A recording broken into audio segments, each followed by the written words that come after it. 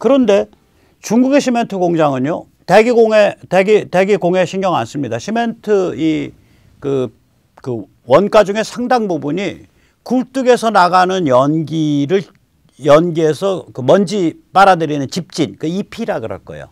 EP에 사용되는 비용이 크고요. 또 그다음에 의외로 이 시멘트는 광산을 크게 개발하잖아요.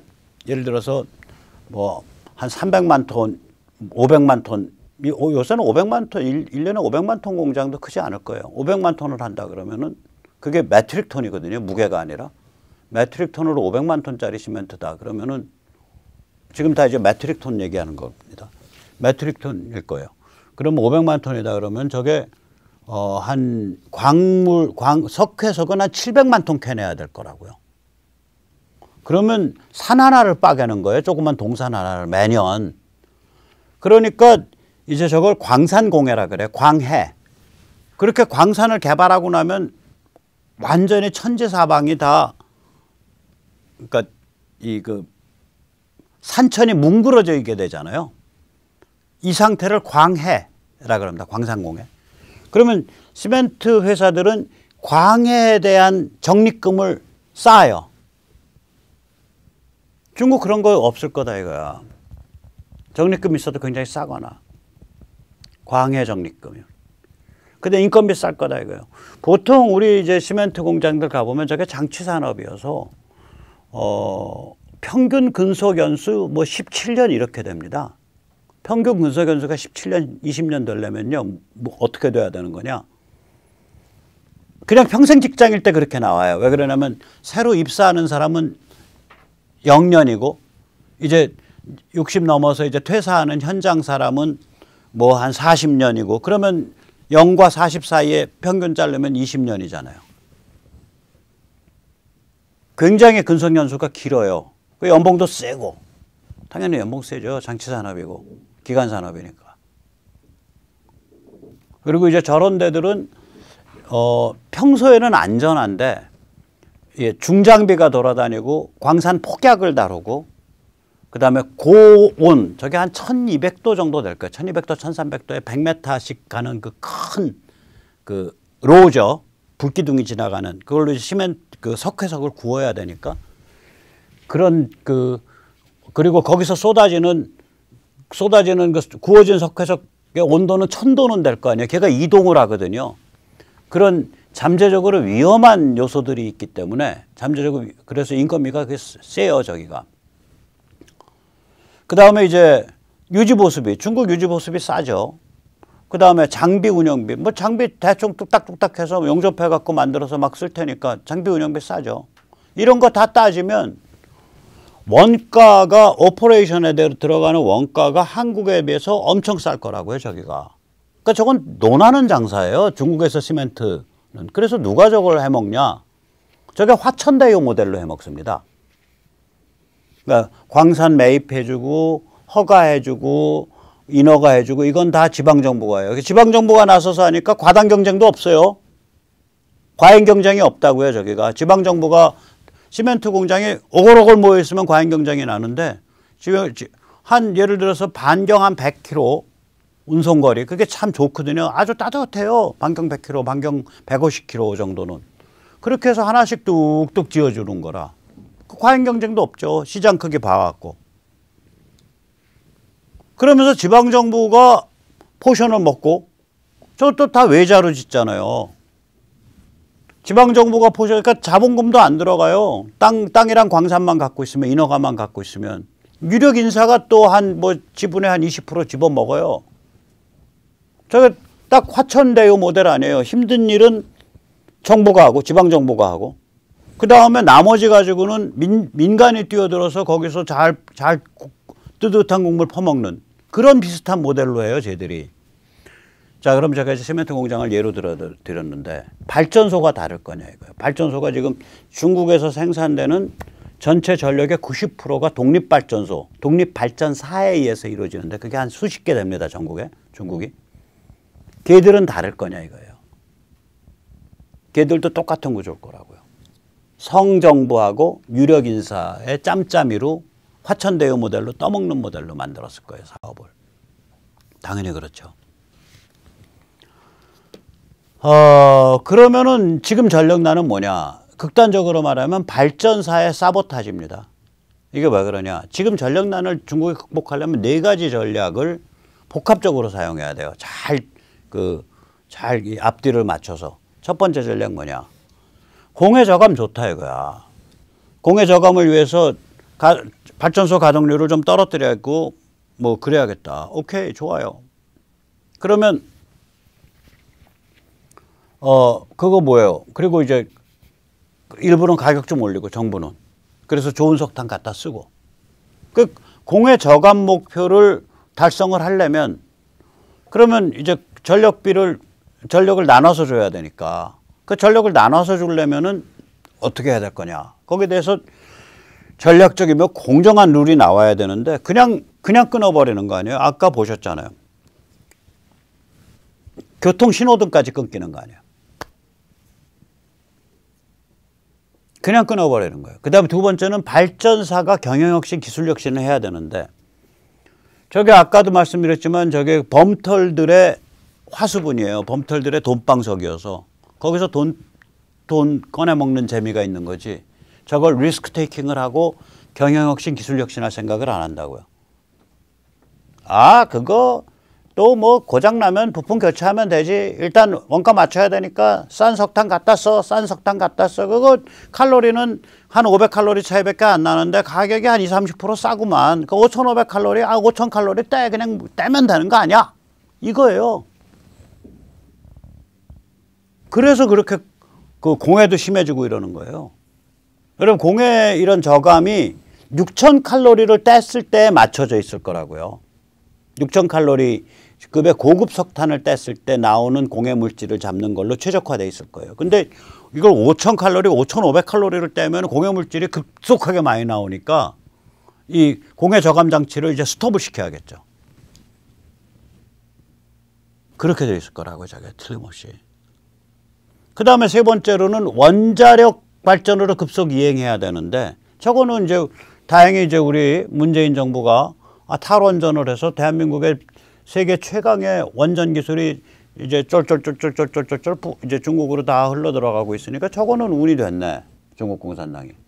네 번째는 뭐냐면 전력망 그리드와 지능적 분배를 극대화해야죠. 이게 전력을 잘 분배할 수 있는 이런 게 약하단 말이에요. 예를 들어서 아까 교통신호등 꺼진 우리가 그림 봤잖아요. 이거 처음에 시작할 때.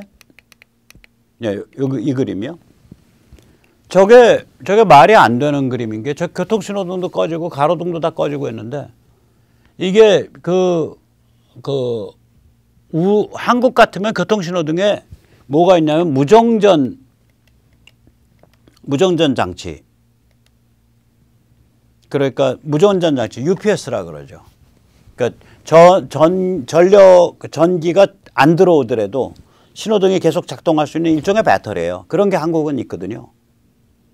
저희는 그게 안 돼 있는 거예요. 그런 인프라가 안 돼 있는 거예요. 그런 지능형 인프라가. 저런 것들을 섞어 쓰면서 마지막으로 이제 가격 인상도 일부 하면서 석탄 발전이 주력인데 지금 석탄 코스트가 2배 가까이 뛰었는데 뭐 65% 이렇게 뛰었는데 그러면 이거 전력비 인상해야 되는 거 아니냐 이렇게 되는 거죠. 또는 그거를 누군가 버퍼링을 해줘야 될 거 아니에요. 근데 이거가 안 되니까 이제 발전사 오너들 입장에서는 뭐예요? 이렇게 합시다라고 자기들끼리 머리를 맞대고서 중앙정부에 건의를 하고 이 전력부문 개혁을 해야 되는데 그런 걸 하기는커녕 시진핑 명령을 이용해서 사보타지를 해버린 거예요. 공해 줄이라면서요? 전기요금은 그대로네요. 에너지 코스트는 40% 60% 오르고요. 오케이. 저희 그냥 최소 가동할게요. 그래서 공해 줄일게요. 지금 이렇게 간 거예요, 이게. 그러니까 울고 싶은데 뺨 때려준 거예요. 시진핑이 저 명령을 때림으로써. 이미 그러니까 중국의 발전소의 발전량 기준 90%가 독립발전사다 이거예요. 독립발전사들은 자기 들어오는 돈만 계산하고 있고 그 돈 쌓이면은 유력자가 솔솔 빼가는 재미로 운영되고 있는 거예요. 독립발전사는. 아까 시멘트 보셨잖아요.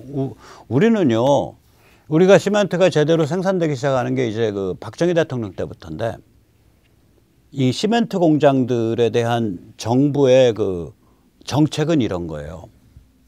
너희 건설 경기 막 치달아 오를 땐 그때 돈 벌어. 그런데 평소에는 그냥 적자 안 보고 버티는 수준. 그렇게 해서 가격을 딱 쳐요. 심지어는 어느 정도 컨트롤 하냐면요. 지금도 마찬가지일 겁니다. 그 전에 이제 40kg 포시멘트 얘기할게요. 포시멘트가 공장에서 2,500원에 나가는데, 예를 들어서 공장도가 그냥 가정이에요. 이게 건설 경기가 달아올라 가지고 포시멘트가 현장에서 10,000원에 팔린다고 한번 우리가 가정을 해보자고요. 그러면 시멘트 한 포 팔면 7,500원 더 버네. 그러면 우리 그냥 일반인 생각에는, 야, 그럼 공장에서 내줄 때 그거 6,000원, 7,000원에 내주겠구나. 안 그렇습니다. 공장은 2,500원에 내줘요. 그거 어기고요. 빼돌려서 그거를 10,000원 이렇게 7,000원 이렇게 따로 팔았다가는 그건 줄줄이 국세청 잡혀가서 회사 문 닫는 케이스예요. 굉장히 중범죄예요. 그걸로 가요. 오나막 구속될 그런 범죄로 다뤘다고요. 박정희 대통령부터. 그게 전통이 돼 있어요. 그래서 시멘트 공장은 아주 호황일 때 반짝 가동률 120%, 130%에서 한 2, 3년 동안 돈 왕창 벌고 평소에는 근근히 유지되고 이런 비즈니스 모델이에요. 딱 그렇게 잡아놨어요. 박 대통령부터. 그렇게 틀이 잡혀 있어요. 대한민국은. 근데 얘들 아까 시멘트 공장 해먹는 거 보세요. 가격 대한민국 수준에 맞춰요. 근데 대한민국은 배달비까지 포함해서인데, 레미콘사가. 그냥 공장 정문에서 실어주는 걸로 대한민국 수준이야. 거의 우리 비싼 거 아니에요. 오케이. 공해 대한민국처럼 관리 안 해. 광산 파괴되는 거 대한민국처럼 관리 안 해. 인건비 훨씬 싸. 일반적인 유지 보수비 훨씬 싸. 다 싸요. 장비 운영비 훨씬 싸. 산재 사고 나도 그냥 객관 물어주고 말어. 여기는요, 산재 사고 한번 나면 몇 억씩 그 위자료를 부담하잖아요. 그러니까 이게 떼돈을 버는 구조. 아니, 시멘트라는 게 우리나라 그 경제발전사를 보면 구군을 걸고 저거를 확보하려고 노력한 거예요, 저거. 그러니까 오죽했으면은 박 대통령이 자기 그 형 친구 그 김성곤 씨한테, 그 양반 이제 애국자라고 생각을 해요. 그 안양방직 그대로 갖고 있었으면 지금 부동산만 팔아도 몇 조야. 그거 처분하시고 시멘트 공장 좀 지어주세요 해서 김성곤 씨가 그 쌍용 시멘트 그렇게 지었잖아요. 손해봤지. 안양방직을 갖고 있었거든요. 그 뭐 부지만 해도 수십만 평일 텐데, 안양방직이. 그러니까 이게 우리 그 시멘트 같은 것들은 굉장히 전략적인 시멘트, 이건 정말 사회 인프라 중에 맨 바닥에 깔리는 거거든요. 딱 거기서부터 시작하니까. 근데 그거를 저렇게 찍어 먹기를 하고 있다고요. 유력자들이. 그래서 이게 우리가 이번에 이 사건을 보면서, 야, 중국의 그 공산당 자본주의, 저건 커뮤니스트 캐피탈리즘이죠. 공산당 자본주의의 어떤 새로운 유형의 치명적 약점을 다시 한번 보는 것 같아요. 우리가 예를 들면 기존에도 공산당 자본주의가 구조적 문제가 있다. 이거 잘 알고 있단 말이죠. 내부식 민주다. 큰 문제죠. 연안과 내륙의 격차가 심하고 수출 부문과 내수의 격차가 심하고, 이거 세대탈출에서 계속 얘기했죠. 두 번째는 이 구조적 문제로서 공해, 소득 격차, 부패, 임금, 이게 이제 한계치에 도달했다. 임금 및 인구가. 이제 그냥 막무가내 저임금 착취는 이제 불가능한 그런 한계치에 도달했다. 이게 구조적 문제예요. 여기까지는 보통 얘기를 많이 해왔어. 근데 요번에 전력난을 보면서 이게 새롭게 구조적 문제가 다른 게 존재하는구나. 이게 뭐냐면, 세상에 시멘트처럼 전기도 이 전략적 부문이 유력자의 돈방석이구나. 그럼 이 유력자의 관점에서 보면 판단 기준이 두 개가 딱 있는 거예요. 우리의 수익이 줄어드냐 안 줄어드냐. 나한테 만지는 돈. 두 번째 뭐냐? 우리 회사의 조치가 권력투쟁에서 누구한테 유리할까? 예를 들어서 내가 여기 그 아는 시멘트 전기 회사들 쫙 모여가지고 이거 어떻게 문제 풀어야 돼요? 그래서 가격은 일단 급한 대로 한 10% 올리고요. 뭐는 어떻게 하고요. 뭐는 어떻게 하고요. 전기값 일부 올리고 우리도 좀 허리띠 졸라매고 패키지 짜가지고 갔다간 몽창 다 숙청. 권력투쟁에 유리하지 않다 이거야. 그건. 그런 짓 안 한다 이거야. 그러니까 판단 기준 두 개밖에 없는 거예요. 권력 게임에 유리하냐 안 유리하냐. 돈 되냐.